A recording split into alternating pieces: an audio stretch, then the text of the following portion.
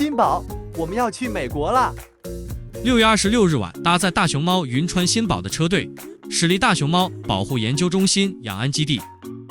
他们搭乘包机从成都双流国际机场飞往美国，开启新一轮中美大熊猫保护合作。I was very happy to hear that there would be another pair of giant pandas coming to the San Diego's. 美国圣迭戈动物园是美国首家与我国开展大熊猫合作研究的机构。